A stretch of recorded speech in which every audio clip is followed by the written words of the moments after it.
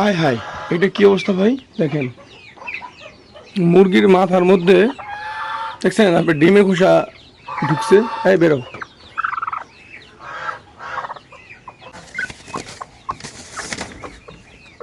আপনার 5টা ফুটছে বাচ্চা, আর 2টা বাচ্চা ওই যে রাতের বেলা যে ডিম যে খুলে গেছিলাম উপরে,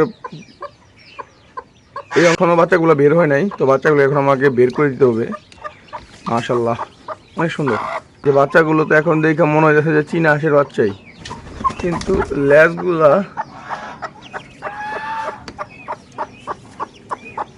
তো মুরগির নিচে যে 2টা ডিম এখনো ফুটে নাই, ওই 2টা ডিম থেকে বাচ্চা বের করে দিয়েছি। ওই যে দেখেন হচ্ছে বাচ্চা মাত্র বের হয়েছে।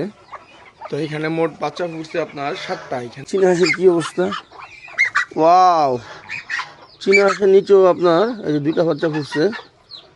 একটা বাচ্চা ফুটছে, একটা বাচ্চা ফুটছে 2টা, আর বাদ বাকি ডিম 2টা ভাঙাই দেখেন।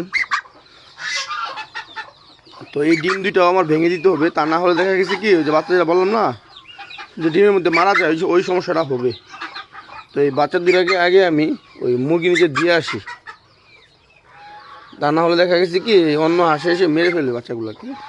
দেখেন এটা চাচা দেখতেছে, কিরে ওর বাচ্চা ফুটে গেছে, আমার পরে ডিম পারছো, তো চাচা দেখতেছে। দেখছেন বলেছে ব্যাপারটা কি, এত আগে বাচ্চা ফুটে গেছে। দেখেন বাচ্চা দায়িত্ব করছে।